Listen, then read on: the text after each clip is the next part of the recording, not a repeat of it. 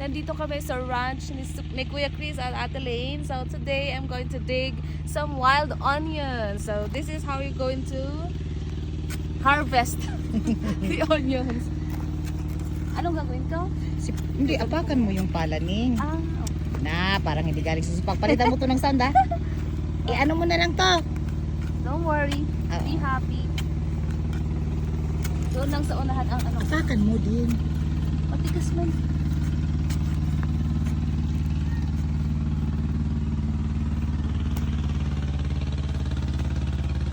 Yeah. Yan, sige pa, sige pa. I don't have the Palitan mo lang energy. to. Palitan mo lang to ng kwan, ha? Voice over.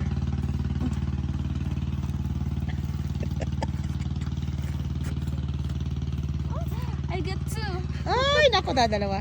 Sige pa. Wala. Ubusin mo yan.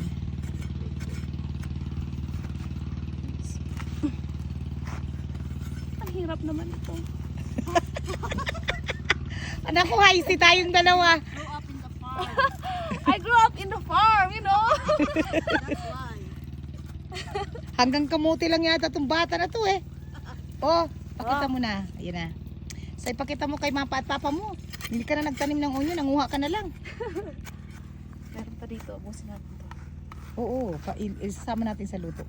Sayang ito. Isa. See? Matigas nga.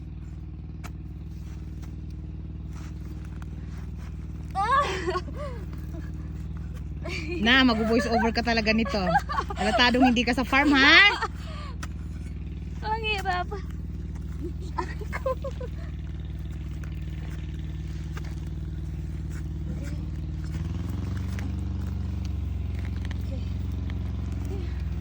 Here.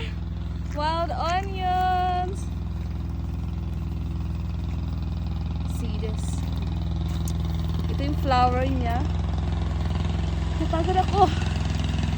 Ito yung mga kita mo. So, ang kitsura ng wild onions. Okay na.